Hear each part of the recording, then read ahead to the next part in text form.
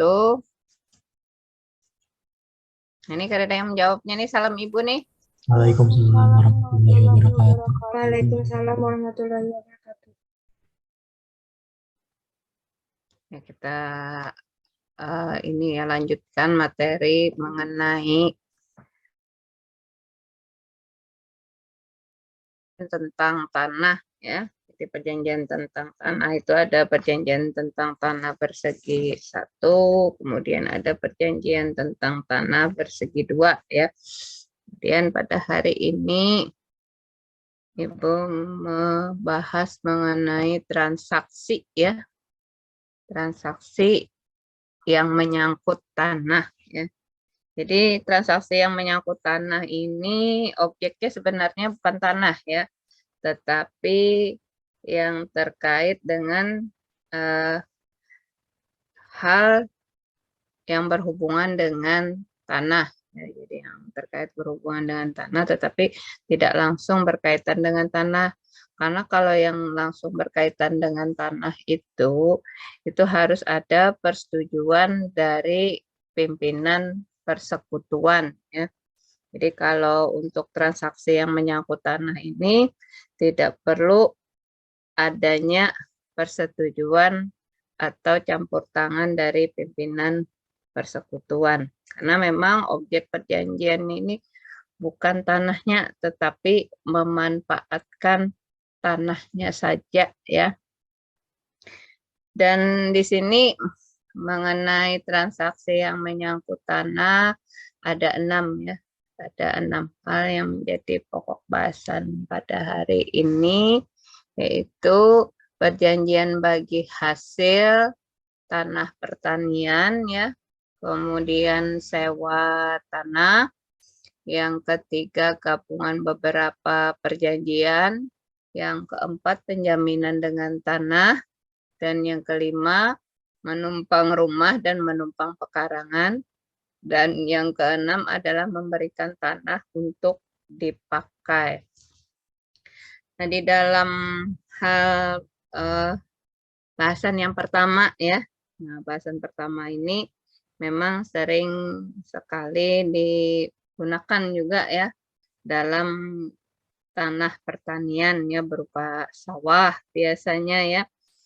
Nah, perjanjian bagi hasil tanah pertanian ini kemudian dituangkan dalam Undang-Undang Peraturan Pelaksana Undang-Undang Pokok Agraria ya, terkait dengan perjanjian bagi hasil tanah pertanian ini.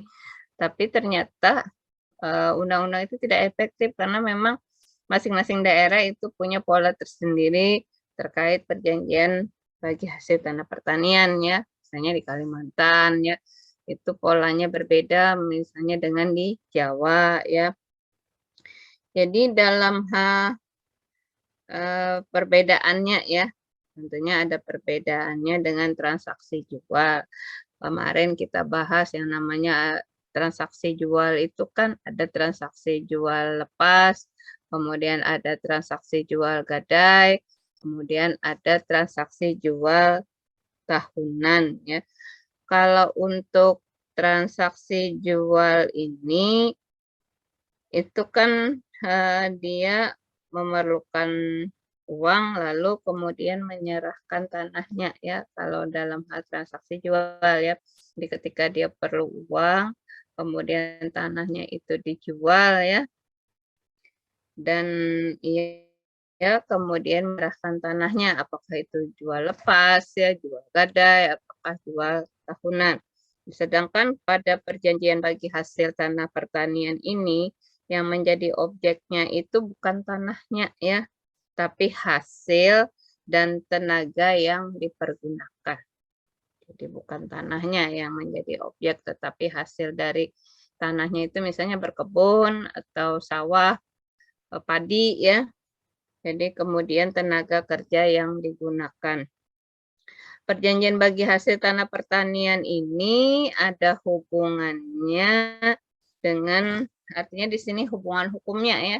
Hubungan hukumnya antara seseorang yang berhak atas tanah dengan pihak kedua ya.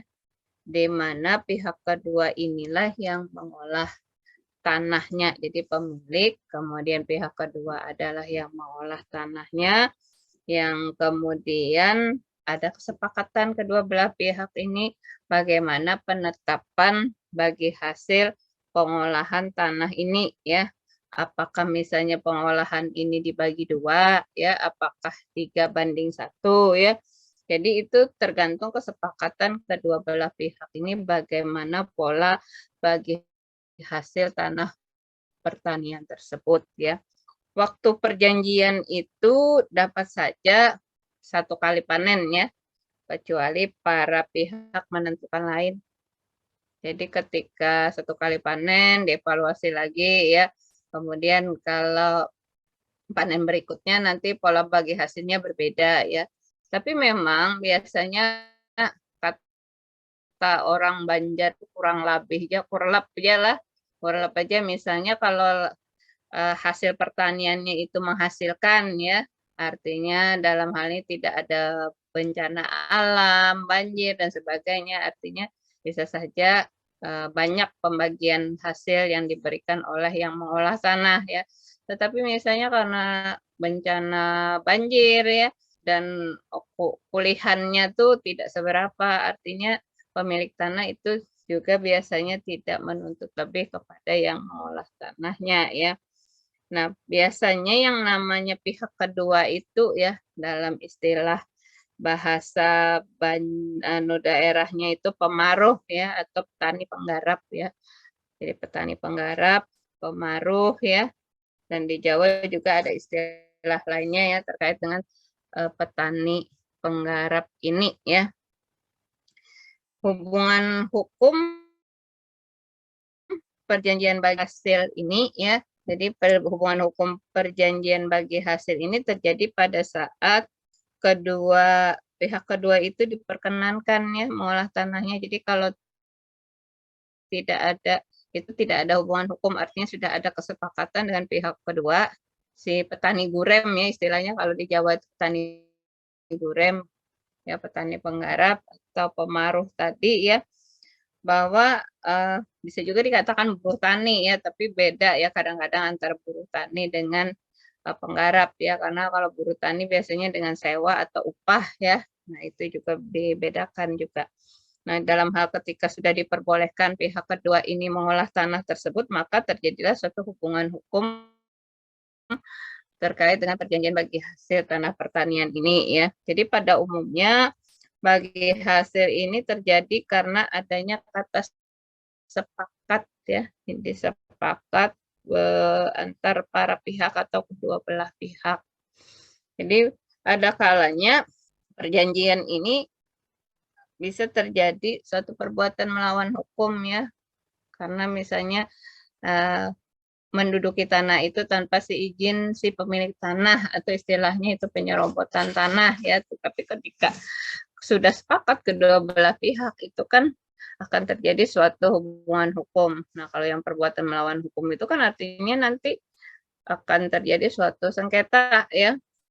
Nah, dalam hal lingkungan hukum adat memang ya tadi untuk kesepakatan bagi hasil tanah pertanian itu berbeda-beda ya dalam menerapkan pembagiannya ya. Ada yang 1:1 ya, kemudian ada 1:3 dan bisa juga 2:2 atau bagi 2 ya, atau 2:2 ya.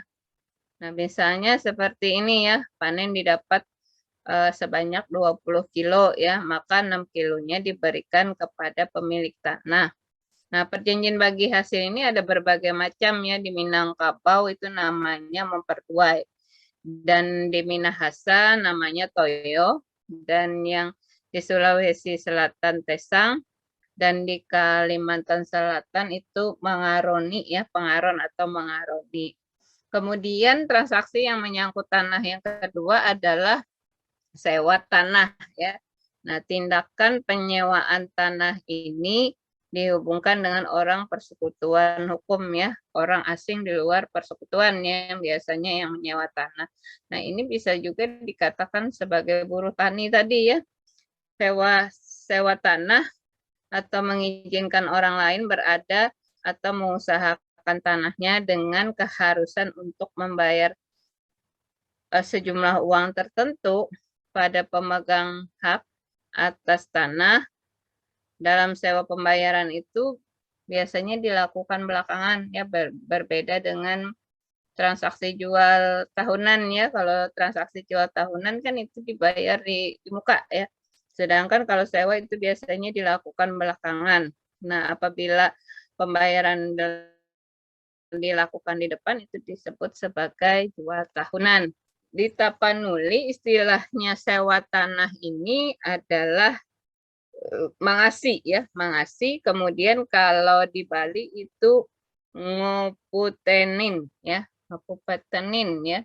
Jadi itu adalah sewa tanah. Jadi dibayar di belakangan ya, belakangan itu disebut sewa tanah ya. Kemudian yang ketiga adalah gabungan beberapa perjanjian. Nah, inilah kekhasan tersendiri dibandingkan hukum perdata barat ya. Jadi ada kalanya suatu perjanjian itu dijalankan namun berakibat negatif bagi pihak yang menjalankan perjanjian. Untuk mengatasi itu biasanya memang yang namanya hukum adat kan sifatnya dinamis ya.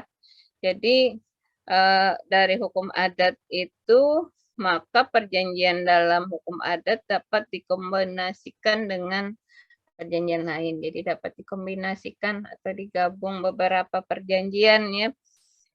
Sebagai contoh, misalnya transaksi jual gadai. Di mana bila transaksi ini dijalankan, maka pemilik tanah akan kehilangan tanahnya.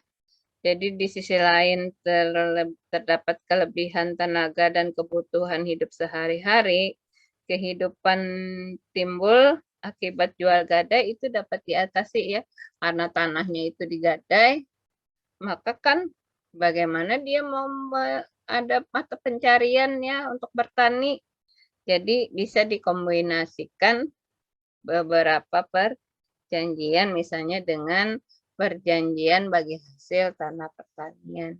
Jadi antara perjanjian jual gadai digabung dengan perjanjian bagi hasil. Artinya di sini si penjual gadai bisa memanfaatkan tanah tadi ya dengan perjanjian bagi hasil. Nah, dengan menggabungkan kedua transaksi ini, maka terpenuhilah fungsi ekonomis yang penting bagi kehidupan masyarakat. Kemudian yang keempat, penjaminan dengan tanah ya. Nah, untuk memenuhi kebutuhan uang ya. Jadi kan ini dijaminkan ya, tanah ini dijadikan jaminan utang ya. Jadi dengan cara meminjam uang ya. Intinya dari meminjam uang itu dalam hukum adat kan itu sifatnya tolong menolong ya. Jadi dengan menjamin pelunasan pinjaman tersebut, tanah dijadikan sebagai objek jaminan. Penjaminan dengan tanah ini adalah disebut sebagai perjanjian aksesor atau perjanjian tambahan ya. Sedangkan perjanjian pokoknya adalah pinjam meminjam uang atau perjanjian pinjam uang ya. Nah, di sini bisa dibedakan ya antara jual gadai dengan penjaminan dengan tanah ya. Nah, kalau jual gadai itu kan biasanya tidak ada jangka waktunya ya kalau jual gadai itu ya. Jadi bentuk penjaminan dengan tanah ini bukanlah jual gadai ya. Itu perlu digarisbawahi dulu ya. Kemudian dalam hal jual gadai itu ada rentang waktu ya. Nah, rentang waktu itu biasanya kan tidak ada jangka waktu minimalnya, berbeda dengan perjanjian pinjam meminjam uang. Itu biasanya ada jangka waktunya ya, misalnya 12 bulan atau 6 bulan ya. Jadi membeli gadai ini biasanya menikmati objek gadainya. Sedangkan dalam penjaminan dengan tanah, itu kan ada batas waktu maksimal tadi ya, apakah 5 bulan ataukah 10 bulan dalam hal pengembalian uang yang dipinjam. Sedangkan kalau jual gadai itu tidak ada batas waktunya ya. Jadi disebut sebagai rentang waktu itu apabila kau menebusinya ya. Kalau ada rezeki ditebus ya, itu kalau jual gadai.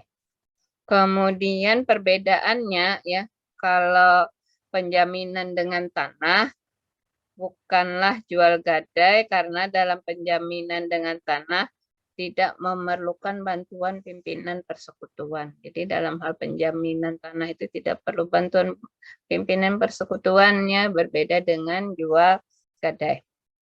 Kemudian yang ketiga, perbedaan lainnya adalah jual gadai, uang pembelian jual gadai itu tidak dapat dituntut paksa ya.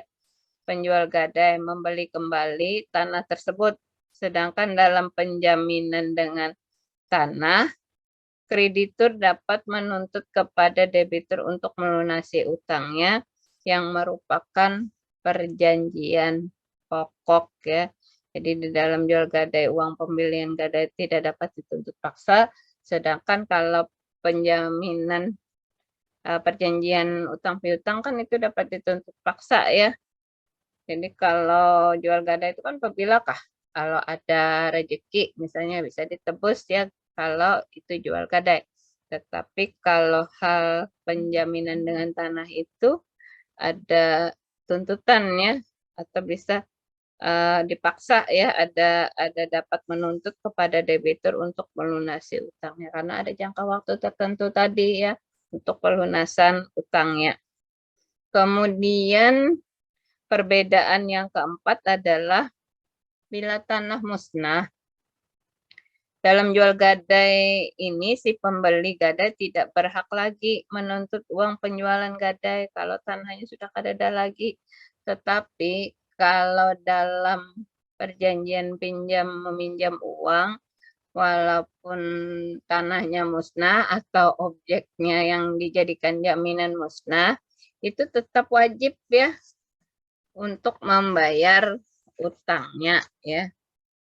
Nah, dalam hal penjaminan dengan tanah ini dapat ditempuh biasanya dengan dua cara ya, apakah dengan penjaminan di bawah tangan, kemudian apakah jaminan itu diketahui oleh pimpinan persekutuan. Jadi ada dua ya, dalam hal penjaminan ini apakah bisa tidak diketahui oleh pimpinan persekutuan boleh ya, artinya sah saja perjanjiannya ya. Kalaupun juga lebih diketahui oleh pimpinan persekutuan akan lebih sahih lagi ya, tetapi tidak ada kewajiban dibandingkan kalau dalam hal transaksi jual gadai ya. Kemudian penjaminan dengan tanah ini itu memang akan mengikat ya pada pihak ketiga ya. Jadi mengikat kepada pihak ketiga dan si kreditur, si pemegang gadai itu akan memiliki kedudukan yang lebih tinggi bila dibandingkan kreditur yang lain ya. Kalau posisinya itu adalah si penjual gadai ya. Tetapi dalam hal ini ada hak privilege ya.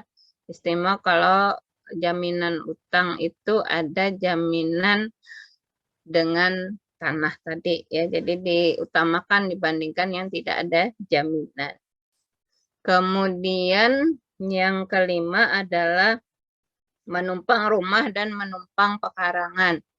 Nah, yang mengizinkan orang lain mendirikan atau mendiami rumah di atas pekarangan seseorang ya. Jadi hal ini hampir sama dengan sewa. Tapi menumpang ini tidak membayar apa-apa ya. Namanya juga menumpang ya. Menumpang misalnya di tanah orang lain, kemudian didirikan bangunan ya. Nah, itu disebut hak menumpang. Nah, bisa juga hak menumpang rumah, bisa juga hak menumpang pekarangan. Nah, tetapi ketika misalnya tanah itu kembali diperlukan oleh pemilik tanah, maka si pemilik tanah itu akan membayar sejumlah uang pembongkaran ya atau pindahan dari misalnya dari tanah yang dipinjam tadi ya, dari yang menumpang tadi dicabut rumahnya ya atau tanamannya misalnya, maka itu akan harus membayar sejumlah uang ganti rugi ya terhadap uang pembongkaran tadi ya, atau pindahan di Jawa namanya tukon tali. Jawa namanya tukon tali ya. Jadi hak menumpang atau menumpang karangan atau menumpang rumah ya. Kemudian transaksi yang keenam adalah memberikan tanah untuk dipakai. Jadi mengizinkan orang lain memakai tanah atas izin ini dapat dicabut ya. Misalnya karena seseorang meninggalkan tempat tinggalnya ditelantarkan oleh pemiliknya, maka tanah itu juga harus kembali kepada yang berhak ya, karena itu kan dia mengizinkan keluarganya atau kawannya sedesa untuk memakai tanah yang ditinggalkan. Itu namanya titip ya. Jadi memberikan tanah untuk dipakai, artinya dititiplah tanah itu ya. Jadi ketika misalnya keluar daerah ya atau merantau istilahnya kan, merantau ke suatu daerah, punya tanah, kemudian tanah itu dititip kepada keluarganya, kepada kawan sedesanya ya, untuk memakai tanah yang ditinggalkannya tersebut. Ya, itu namanya memberikan tanah untuk dipakai. Karena adanya tanah pertanian yang belum terbagi, bisa juga ya tanah pusaka tadi ya di Minangkabau. Nah, itu bisa juga diberikan yang namanya hak pakai atas tanah ya kepada anggota-anggota kerabat atau ahli waris diperbolehkan untuk memakai tanah tersebut ya. Nah, itu yang bisa Ibu sampaikan dulu ya mengenai transaksi yang menyangkut tanah ya. Transaksi yang menyangkut tanah. Adakah yang ingin ditanyakan ya? Adakah yang ingin ditanyakan atau yang ingin didiskusikan? Ibu mah membuka-buka dulu presensi kehadiran.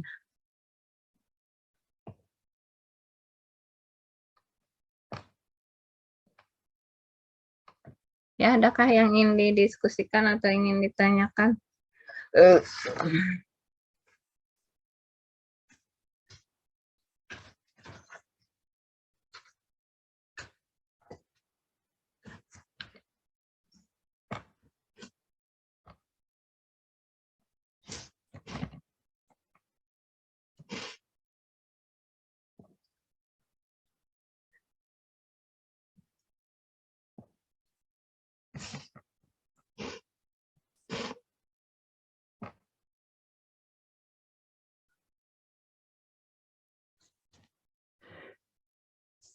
Nah, sama halnya dalam aspek hukum perhutangan ya, karena kita tadi kan bicara mengenai yang dijadikan jaminan utang itu kan tanah ya, terkait dengan pinjam meminjam uang tadi ya, yang dijadikan jaminan adalah tanah.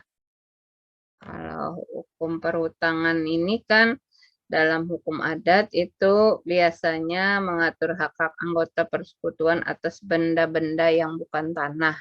Nah, ini berbeda lagi ya. Satu Ibu buka anunya dulu lah.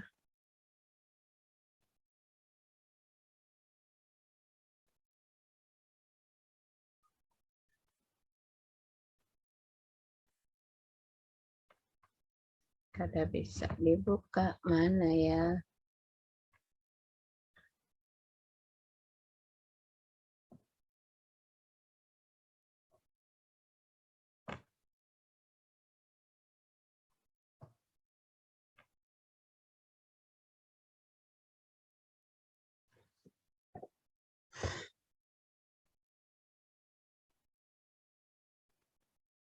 Biasanya kalau hukum perhutangan ini kan adanya hak perseorangan ya, adanya hak perseorangan. Jadi secara umum persekutuan itu tidak dapat turut campur tangan terhadap perbuatan yang tidak berkaitan dengan tanah. Karena yang biasanya yang terlibat pimpinan persekutuan itu kan yang terkait dengan tanah ya. Jadi manakala persekutuan itu menginginkan ingin menggunakan benda-benda tersebut, maka persekutuan biasanya harus memberikan ganti rugi ya.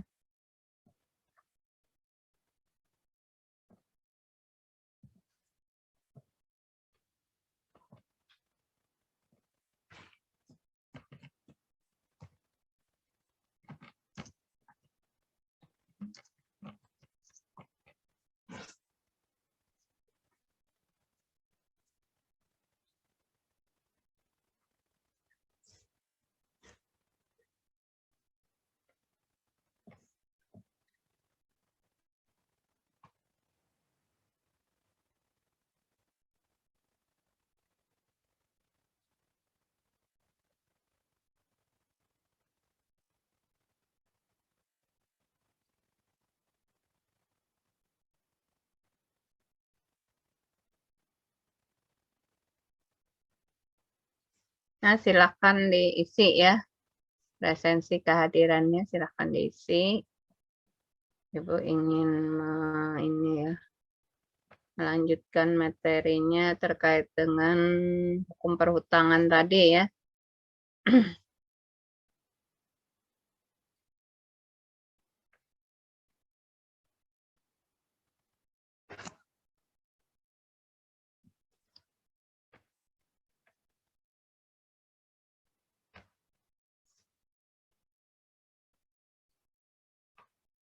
Ya, silakan isi saja ini di portal ya. Presensi kehadiran jangan lupa diisi ya. Nah, hukum perhutangan ya. Di hukum perhutangan tadi adalah hak atas tanaman ya, rumah, ternak, dan benda-benda yang lain ya. Jadi yang namanya hukum perhutangan di hukum adat itu adalah mengatur hak-hak anggota persekutuan atas benda yang bukan tanah. Jadi artinya ketika persekutuan itu memerlukannya, itu diberikan yang namanya ganti rugi ya, karena memang tidak terkait dengan tanah ya. Jadi hak perseorangan yang bukan tanah ini bisa meliputi hak milik atas tanah, tanaman, dan benda-benda lain ya. Kemudian hukum adat atas tanah, rumah, tanaman terpisah ya, karena kan ada asas pemisahan secara horizontal ya. Jadi bisa saja kepemilikan tanah dengan rumah atau tanaman yang ada di atasnya itu berbeda kepemilikannya ya. Jadi orang dapat mempunyai hak milik atas rumah dan tanaman itu terletak di atas tanah orang lain yang disebut menumpang ya.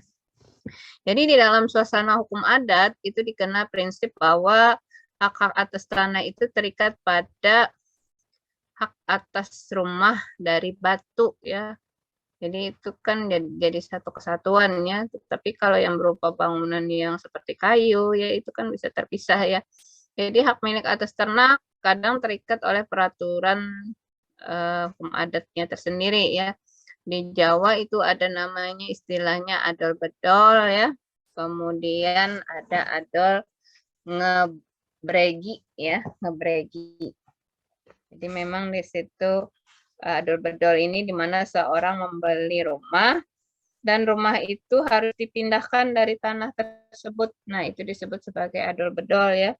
Jadi adol ngebregi ini adalah seorang yang menjual rumah dan pembeli tetap mendiami rumah di atas tanah itu.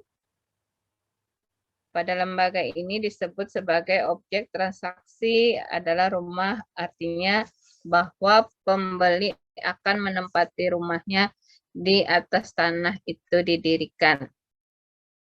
Jadi kalau sebidang tanah ulayat itu dibebani yang namanya hak perorangan, maka hak perorangan itu dapat hilang ya, menjadi bagian dari hak ulayat. Akan tetapi ya, rumah, kemudian tanaman yang ditanam itu masih ada ya, maka dalam hal ini persekutuan harus mengganti rugi ya. Jadi seperti itu polanya ya. Tetapi kalau tanahnya bisa saja diambil ya. Nah, dalam hal ini misalnya seseorang menanami tanaman orang lain secara sesuai dengan hukum ya. Jadi artinya seizin dari orang yang punya tanah ya. Tetapi bisa saja dengan cara melawan hukum. Sebagian hasil panennya itu diserahkan kepada pemilik tanah, bisa dengan itikat baik ya, bisa juga dengan itikat tidak baik ya. Jadi pada dasarnya benda-benda yang bukan tanah dapat dikeluarkan dari pemiliknya dalam pengertian dijual ya terhadap benda yang bukan tanah itu ya. Jadi bisa saja secara tunai memindahkan hak milik atas benda itu kepada orang lain. Jadi gadai terhadap benda yang bukan tanah, bila ada waktu yang telah ditentukan telah lewat, maka pemegang gadai dapat menjual benda yang digadaikan itu dengan perhitungan utang dengan pemberi gadai, dari pemberi gadai ya. Jadi apabila barang yang digadaikan itu disimpan oleh si pemegang gadai, maka si pemberi gadai harus membayar bunga. Jadi dijadikan utang piutang tadi ya, karena dalam hal ini tanaman itu kan misalnya apalagi kayak karet itu kan jangka waktunya lama ya. Pohon-pohon tanaman keras jangka waktunya lama. Artinya di sini harus diberikan ganti rugi ya. Nah, kalau ada ya hitungannya jadi utang. Kalau panen kan ada hasilnya seperti itu. Nah, dasar hutang piutang ya di dalam hukum adat ini sumber dari perbuatan utang adalah tolong menolong ya. Jadi tolong menolong suatu perbuatan perorangan yang menghendaki kontra prestasi bersifat kredit. Tentunya yang namanya orang berhutang itu ya memerlukan uang ya. Jadi beberapa orang kerjasama untuk kebutuhan tertentu. Kemudian yang kedua, untuk perseorangan para pihak yang saling tolong menolong, kredit perorangan bisa utang barang, utang tenaga ya, kemudian utang uang. Nah, kalau utang barang kan pinjam itu dikembalikan berupa barang ya. Jadi misalnya kalau pinjam baju, baju ya. Kalau uang, uang. Kalau beras, beras ya, itu dikembalikan dengan barang yang sejenis. Nah, kalau utang tenaga, itu dibayar tenaga. Nah, kalau tenaga dibayar tenaga ya, itu utang tenaga. Nah, cara meminjamkan uang itu tanpa bunga, kemudian meminjamkan uang dengan membayar bunga ya. Nah, bentuk-bentuk lain dari kredit perorangan ya. Nah, itu tadi ada istilahnya kempitan ya. Nah, bentuk lain ini, jadi kalau kempitan ini adalah seorang yang menyerahkan barang tertentu pada orang kedua untuk dijual dengan perjanjian bahwa setelah lewat waktu akan ditentukan barang tersebut atau sejumlah uang tertentu harus diserahkan pada pemilik pertama ya. Jadi kempitan ini kayak semacam pinjam meminjam juga ya, kredit ya. Misalnya dalam bentuk perhiasan ya. Kan kalau adat Banjar itu ada jual beli berlian ya, misalnya seperti itu ya. Jadi menyerahkan barang atau menitip barang ya. Jadi itu dianggap utang. Jadi nanti sejumlah uang nanti diserahkan kalau barang itu laku ya. Artinya kan utang nih karena dititip kan.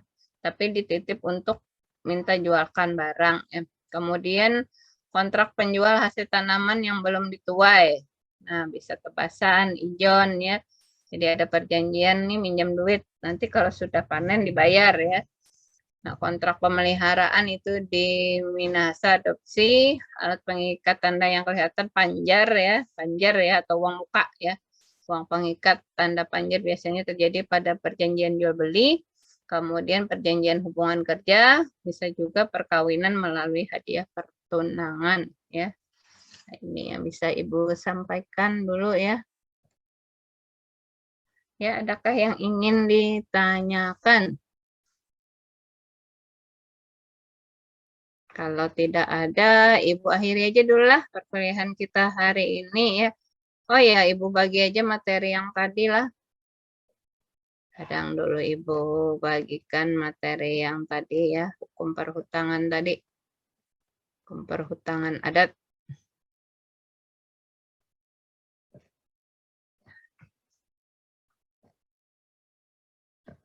Nah, ini dulu lah yang silakan diunduh ya. Baik, kalau tidak ada yang ditanyakan, Ibu akhiri dulu perkuliahan hari ini. Jangan lupa mengisi kehadiran di Simari ya. Terima kasih. Wassalamualaikum warahmatullahi wabarakatuh. Waalaikumsalam. Waalaikumsalam warahmatullahi wabarakatuh. Terima kasih, Bu. Terima kasih, Bu. Makasih Ibu.